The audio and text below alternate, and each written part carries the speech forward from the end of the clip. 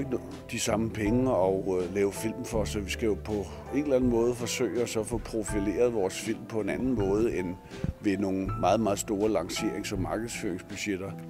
Så det vi gør, det er jo så, hvad kan vi sige, vi laver kunstfilm, altså film, der har en kunstnerisk profil, sådan så at medierne rundt omkring i Danmark og i verden er opmærksom på det og skriver om det. Og det vil sige, at jeg får som sådan, fordi det er kunstfilm, så får jeg noget omtale, som de amerikanske selskaber skal ligge og betale sig for at få, da det er mainstream film, meget kommercielle film. Så jeg prøver at ramme noget, der har en interesse for, skal vi sige, for den begavede del af befolkningen, og dem er der jo heldigvis mange af. Og så på den måde distancere mig fra de mange milliarder af dollars, der er til rådighed for Hollywoods filmindustri.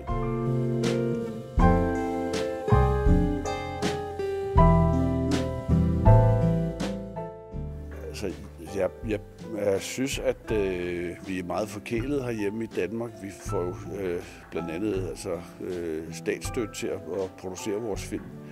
Men vi har jo et stort handicap, og det er, at vi snakker et sprog, som kun 5 millioner mennesker forstår.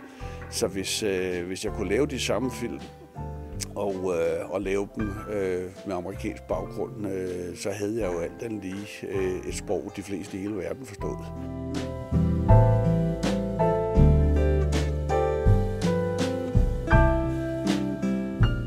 Det er klart, når du har et hjemmemarked som USA på 350 millioner mennesker, så, og alt andet lige koster det jo nogenlunde det samme at lave en film.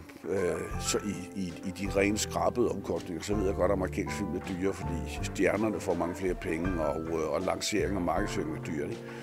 Men alt andet lige, hvis en film koster 30 millioner kroner at lave på dansk, eller 30 millioner kroner at lave på amerikansk, så er det jo alt andet lige en bedre forretning at lave det på amerikansk. Og derfor kan amerikansk film tiltrække nogle investorer, som jeg skal lige hilse at sige, får skattefradrag, men får nogle meget store skattefradrag for at investere i amerikansk film, så på den måde støtter staten også direkte filmindustrien i USA.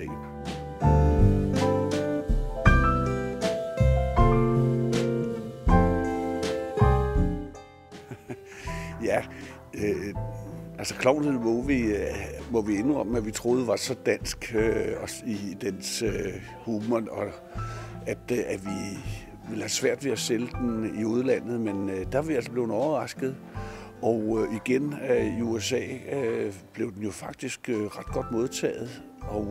Og når der er 350 millioner mennesker i USA, så er der jo altså også nogen, der har den samme form for humor, som vi har i Danmark, hvor vi godt kan lide at gå en lille smule over stregen.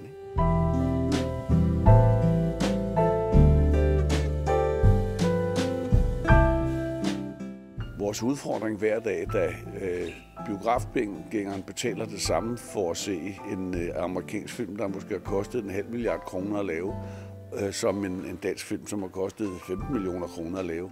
Så vi skal jo selvfølgelig forsøge at slå på nogle andre strenge ved at gøre den vedkommende og kan vi sige, for den almindelige danske biografgænger måske lave nogle historier, som den amerikanske filmbranche ikke laver.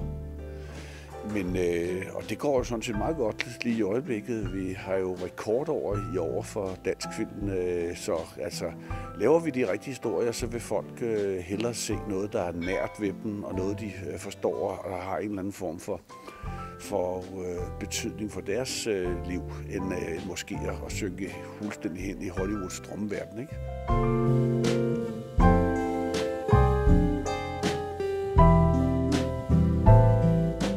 Jeg har det med amerikansk film versus dansk film, ligesom når jeg spiser mad. Ikke? Jeg ved, der er dansk film her ligesom det sunde, jeg ved, jeg skal spise. Ikke? Altså, amerikansk film, det er alt slikket og burgeren, ikke? Altså, og man har jo et behov for begge dele, ikke? Altså, man kan ikke kun æde burger, vel, så bliver man fuldstændig sindssyg og dør hurtigt, ikke? Derfor så drages man ligesom fysisk også mod noget sundere og grøntsagerne, ikke?